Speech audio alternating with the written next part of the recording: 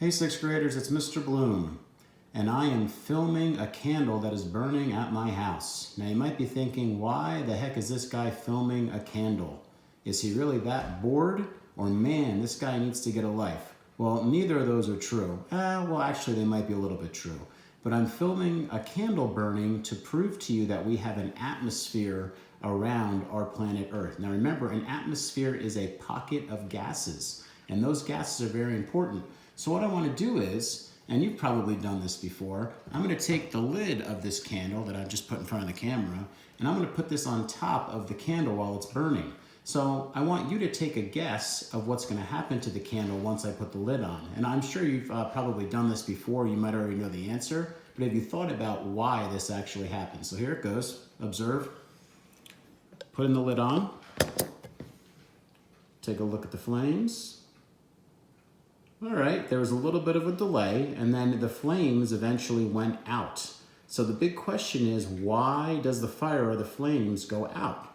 So take a minute to think about this. All right, well, the reason the fire or the flames go out is because that fire needs oxygen to burn.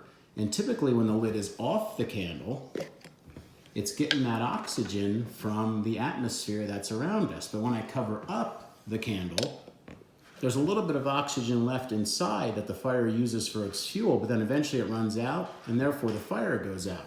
So this simple little demonstration of putting a lid on the candle and seeing it go out proves that there's air around us, and specifically in the air, oxygen that allows that fire to burn. And when I take away the oxygen, the fire goes out. Now, I always thought oxygen was like the #1 thing in the atmosphere, but actually that's wrong. So if I go over here to my Chromebook, we can see that oxygen's actually the #2.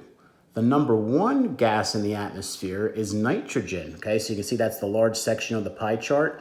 That's actually 78%, and oxygen is only 21%. But if you add up 78 and 21, those two gases right there are 99% of the atmosphere, so 99% out of 100. Which leaves 1% for all the other gases. Well, the #3 is actually argon. You'll see that ARGON gas on the pie chart. And #4 would be carbon dioxide. And then still making up that 1% besides argon and carbon dioxide are all the other gases that are part of our atmosphere. So actually nitrogen's the #1, followed by oxygen. But of course, oxygen is very important to life on Earth, especially humans.